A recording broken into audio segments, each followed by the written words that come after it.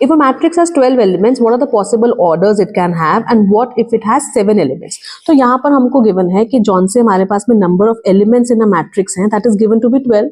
We know कि number of elements को हम लिखते हैं m इंटू एन. अब m इंटू एन ही हमारे पास में क्या होता है, ऑर्डर ऑफ अ मैट्रिक्स होता है. बेसिकली मुझे ऐसे नंबर्स फाइंड करने हैं m और n जिनको मैं मल्टीप्लाई करूं तो मुझे क्या मिले, 12 मिले. तो ऐसे कौन से नंबर्स पॉसिबल हैं?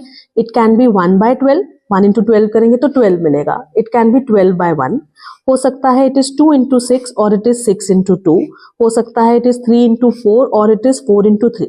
क्या कोई और नंबर है जिसको मल्टीप्लाई करके 12 आएगा? नहीं, और कोई नंबर नहीं है. तो हमारे पास में पॉसिबल पेयर्स कितने हो जाएंगे? 6 पेयर्स हो जाएंगे. And what if it has 7 elements? 7 elements मतलब हमारे पास में नंबर ऑफ एलिमेंट्स जौन से हैं दैट इज 7, मतलब m इंटू एन क्या है, 7 है. अब 7 क्योंकि प्राइम नंबर है तो हमारे पास में पॉसिबल पेयर्स कौन से हो जाएंगे? 1 इंटू 7 हो सकता है या 7 इंटू 1 हो सकता है. So there are only 2 possible pairs. Okay, what is the number of all possible matrices of order 3 by 3 with each entry 0 और 1? अब ये क्वेश्चन इंपॉर्टेंट है, पेपर में आने का पूरा चांस है इसका, बट बच्चे इसमें कंफ्यूज हो जाते हैं. देखो हमारे पास में एक 3 by 3 मैट्रिक्स है, मतलब हमारे पास में एक 3 by 3 मैट्रिक्स में कितने एलिमेंट्स होंगे? 9 एलिमेंट्स होंगे. हर एक एलिमेंट की एंट्री हो सकती है 0 और 1, मतलब इसके पास में या तो हम 0 फिल कर सकते हैं या तो हम 1 फिल कर सकते हैं.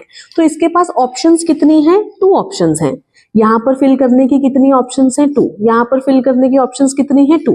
बिकॉज हमको एलिमेंट कौन सा डालना है, या तो 0 या तो 1. तो ये जो सा 2 नंबर है ये क्या रिप्रेजेंट करता है? ऑप्शन रिप्रेजेंट करता है जो एलिमेंट के पास में है. तो हमारे पास में क्या आ गया, यहाँ पर 9 एलिमेंट्स हैं. फर्स्ट एलिमेंट के पास 2 ऑप्शन, सेकंड एलिमेंट के पास में 2, थर्ड एलिमेंट के साथ में 2 एंड सो ऑन. 9 एलिमेंट के पास में भी कितनी ऑप्शंस हैं? 2. तो इसका आंसर क्या बन जाएगा? 2 raise to the power of 9 which is 512. And जिस बच्चे को फॉर्मूला लर्न करना है इसका, उसके लिए हम लिख सकते हैं यहाँ पर कि इसका आंसर कैसे आएगा आपके पास में, जितने आपके पास में एंट्रीज हैं, number of entries whole to the power of m into n. आप इसको भी डायरेक्टली लर्न कर सकते हो एंड लॉजिकली ऐसे भी निकाल सकते हैं.